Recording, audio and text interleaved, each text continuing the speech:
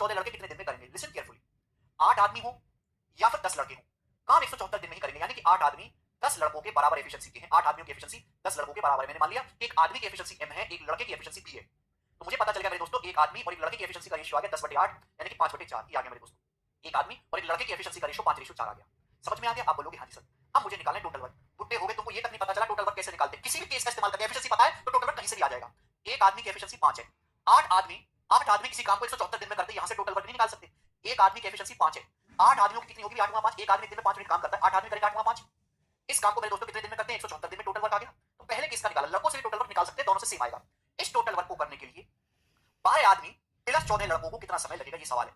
एक आदमी की एफिशिएंसी 5 है तो 12 आदमियों की होगी 12 पंजे 60। एक लड़के की एफिशिएंसी 4 है तो 14 लड़कों की होगी 14 चौका 56। 60 प्लस 56 116। 116 एफिशिएंसी के साथ कितना समय लगेगा बटे 116, 116 से भाग दे देंगे।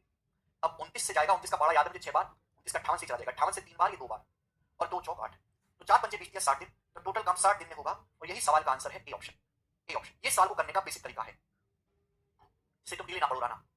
ये सवाल को करने का बेसिक तरीका है, स्टेप बाय स्टेप मैंने आपको समझाया। सवाल सिक्सल के पेपर का पूछा हुआ है, और भी बतेरे सवाल पेपर में आए हुए, और भी सवाल है, बार बार पेपर में ये सवाल आता है, बस यहाँ पे डाटा बदला होता है, लैंग्वेज सेम रहती है। ठीक है ना? क्लियर मेरे प्यार भी? पहली लाइन से आदमी और की एफिशिएंसी आ गई, टोटल वर्क निकाल लिया और उस काम को करवा दिया हमने। समझ में आया जी बच्चों? अब इस सवाल का मेरे प्यारे भाई एक शॉर्टकट भी है, वो शॉर्टकट भी आप समझो। 58 से 3 बार और 2 बार नमन, 29 है ना, दोनों इवन भी थे बच्चों। इसका पहाड़ा याद होता है, ये पूछने की हिम्मत नहीं करते आप। अगर कभी भी और वाला सवाल है तो इसका शॉर्टकट है मेरे प्यारे भाई, शॉर्टकट पसंद आए तो करना, वरना बेसिक ठीक है। एंड डाटा को और डाटा से डिवाइड करो, शॉर्टकट है एंड डाटा को और डाटा से डिवाइड करो, एंड को और से डिवाइड करो। बोला है 8 men or 10 boys can complete a work in 174 days. 12 men and 14 boys will do it in how many days? 12 men and 14 boys will do it in how many days? तो ये and data है और data divide करो। 12 आदमी को 8 आदमी से भाग देंगे, 12 को 8 से भाग देंगे, 12/8। अच्छा लोग देखा मत, सुना भी करो मैं क्या बोल रहा हूं, तुम कान में रोई डाल के बस देखते रहते हो बोर्ड पे, सुना भी करो क्या बोल रहे हैं। 12 आदमी को 8 आदमी से भाग दो, 3/2 आए, प्लस एंड डाटा को और डाटा से भाग देंगे। 14 लड़कों को 10 लड़कों से भाग देंगे, 14/10 आएगा, 7/5। एंड को और से भाग देंगे। मल्टीप्लाई बाय डी, जो आपको निकालना है, डी डेज जो आपको निकालने हैं, डी मतलब जो आपको फाइंड आउट करना है, बराबर क्या दिया हुआ बच्चों? 174 दिन दिया हुआ। क्या दिया हुआ? 174 दिन। कहां से आया शॉर्टकट, क्यों आया, कब आया, कैसा, कोई मतलब नहीं, बस है।